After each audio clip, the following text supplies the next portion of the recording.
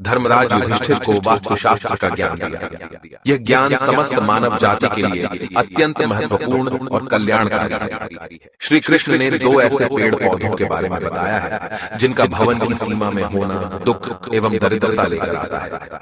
ये वृक्ष घर के सामने होने से उस घर में निवास करने वाले लोगों की कभी उन्नति नहीं होती है।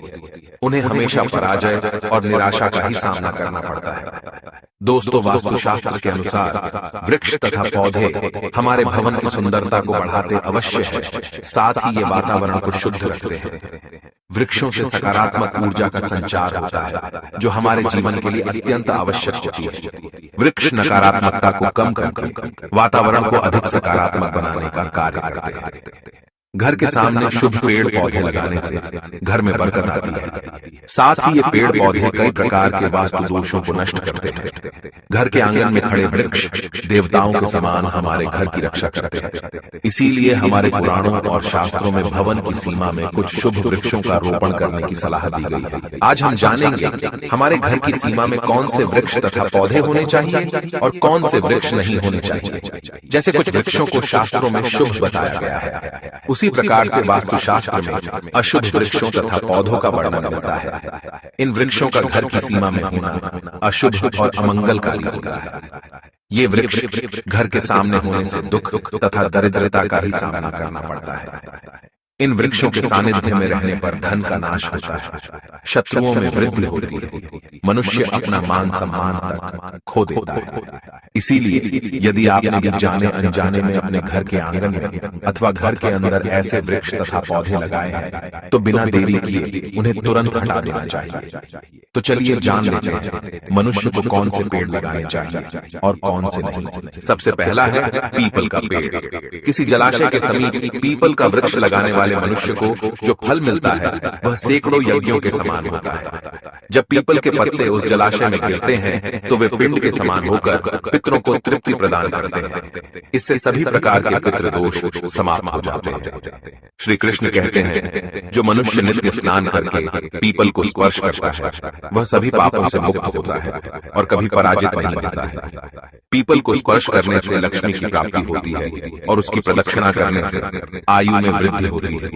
पीपल की जड़ में श्री विष्णु, तने में शिव जी और अग्रभाग में ब्रह्मा जी स्थित रहते हैं। सोमवती अमावस्या के दिन पीपल को प्रणाम करने से जो फल मिलता है वह 1000 गाय के दान के बराबर होता है। इस संसार में पीपल के समान कोई वृक्ष नहीं है। साक्षात श्री हरि इस वृक्ष के रूप में पृथ्वी पर विराजमान है। पीपल के वृक्ष को चोट पहुंचाना अथवा उसकी टहनी तोड़ना महापाप माना गया है। ऐसा मनुष्य एक कल्प तक नरक में रहता है और जो पीपल को जड़ से काटता है उसका कभी नरक से उद्धार नहीं होता है। दूसरा है आंवले का वृक्ष। श्री कृष्ण कहते हैं आंवले का फल समस्त लोकों में प्रसिद्ध और परम पवित्र है। आंवले को लगाने से स्त्री और पुरुष जन्म मृत्यु के बंधन से मुक्त हो जाते हैं। यह पवित्र फल भगवान विष्णु को अत्यंत प्रसन्न करने वाला एवं शुभ माना गया है। इसको खाने से सभी पापों से मुक्ति मिलती है। आंवला खाने से आयु बढ़ती है, उसका जल पीने से रोगों का नाश होता है और आंवले को जल में मिलाकर स्नान करने से दरिद्रता दूर हो जाती है और सभी प्रकार के ऐश्वर्य प्राप्त होते हैं। जिस घर में आंवला सदा मौजूद रहता है उस घर में कभी दैत्य और राक्षस नहीं आते हैं। एकादशी के दिन अगर आंवला मिल जाए तो संसार के सभी तीर्थों से बढ़कर फल प्राप्त होता है। अपने केश में आंवला लगाने वाला फिर से मृत्यु लोक पर जन्म नहीं लेता है। जिस घर के सामने आंवले का वृक्ष होता है वहां पर साक्षात लक्ष्मी नारायण निवास करते हैं। तीसरा है अशोक का वृक्ष। दोस्तों, पद्म पुराण के अनुसार अशोक के वृक्ष में अप्सराओं का निवास होता है। यह वृक्ष शोक का नाश करने वाला तथा निराश को समाप्त करने वाला होता है। इस वृक्ष को घर के पास लगाने से घर में सुख शांति बनी रहती है। अशोक का वृक्ष शीतलता और यौवन प्रदान करने वाला होता है। माँ लक्ष्मी ने जब देवी सीता के रूप में अवतार लिया था तब रावण द्वारा अपहरण करने के बाद उनका वास अशोक वाटिका में था।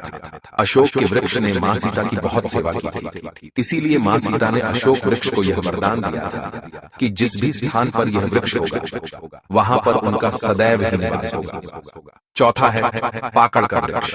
पद्म पुराण के अनुसार प्रत्येक मनुष्य को पाकड़ का वृक्ष अवश्य लगाना चाहिए। यह वृक्ष लगाने से जो फल मिलता है वह महायज्ञ के समान होता है। कलयुग में मनुष्य यज्ञ नहीं कर पाएंगे, इसीलिए उन्हें एक पाकड़ का वृक्ष अवश्य लगाना चाहिए। पांचवा है नियम का वृक्ष। पद्म पुराण के अनुसार नियम का वृक्ष लगाने से सूर्य देव प्रसन्न होते हैं। नियम का वृक्ष आयु प्रदान करने वाला माना गया है। इसे घर के पास लगाने से नाना प्रकार के रोगों से छुटकारा मिलता है। मां लक्ष्मी को नीम के पत्ते अत्यंत प्रिय होते हैं, इसीलिए वह नीम के वृक्ष के पास निवास करती है। घर के सामने नीम के वृक्ष का रोपण करने से धन संपत्ति की प्राप्ति होती है। छठा है जामुन का वृक्ष। यदि कोई मनुष्य कन्या प्राप्ति की कामना करता है तो उसे जामुन का वृक्ष अवश्य लगाना चाहिए। पद्म पुराण के अनुसार जिस मनुष्य के घर के सामने जामुन का वृक्ष होता है उसके घर में कन्या का जन्म होता है, जो कुल का गौरव बढ़ाती है। सातवां है बेल का वृक्ष। पद्म पुराण के अनुसार बेल के वृक्ष में भगवान शिव और गुलाब में देवी पार्वती का निवास है। इसीलिए अगर बेल के वृक्ष के पास गुलाब का पौधा लगाया जाए तो शिव पार्वती का आशीर्वाद प्राप्त होता है। उस घर में कभी दुख दरिद्रता नहीं आती, उस घर में कभी अकाल मृत्यु नहीं होती है और कोई स्त्री विधवा नहीं बनती। आठवां है नारियल का पेड़। नारियल का पेड़ लगाने से पुरुष अनेक स्त्री का पति बनता है। नारियल किसी भी धार्मिक अनुष्ठान का आवश्यक अंग होता है। यह अत्यंत शुभ माना जाता है। घर के आंगन में नारियल का पेड़ होने से उस घर में हमेशा शुभता होती है और उस घर के सदस्यों का समाज में बहुत मान सम्मान होता है। सुंदर पत्नी की कामना करने वाले मनुष्य को अनार का वृक्ष लगाना चाहिए। पलाश का पेड़ ब्रह्म तेज प्रदान करता है, इसीलिए इसका रोपण अवश्य करना चाहिए। वंश वृद्धि और संतान प्राप्ति की कामना करने वाले मनुष्य को अंकोल का वृक्ष अवश्य लगाना चाहिए। अगर मनुष्य किसी बीमारी से पीड़ित है तो उसे खैर का वृक्ष लगाना चाहिए। खैर का वृक्ष लगाने से बड़े बड़े रोग नष्ट हो जाते हैं। ये वृक्ष आरोग्य प्रदान करने वाला होता है। कुंद अर्थात मोगरे के पेड़ में गंधर्व निवास करते हैं, इसीलिए इस पौधे का रोपण अपने घर के पास करने से कार्यों में सिद्धि और शुभ फलों की प्राप्ति होती है। खासकर कला के क्षेत्र में काम करने वाले लोगों को यह पौधा अवश्य लगाना चाहिए। यदि किसी मनुष्य को चोर और लुटेरों का भी सता रहा है तो उसे अपने घर के पास बेंत का वृक्ष जरूर लगाना चाहिए। यह वृक्ष चोर लुटेरों को भयभीत करता है और घर की रक्षा करता है। चंदन और कटहल के वृक्ष पुण्य और लक्ष्मी प्रदान करते हैं।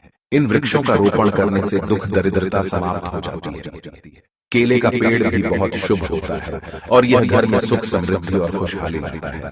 केले के पेड़ में भगवान विष्णु का वास होता है, इसलिए घर में केले का पेड़ होने से घर में धन की कमी नहीं होती है। हर श्रृंगार के पौधे को पारिजात भी कहा जाता है।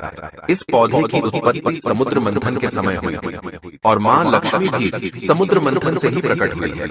इसीलिए पारिजात के पौधे का बहुत अधिक महत्व है।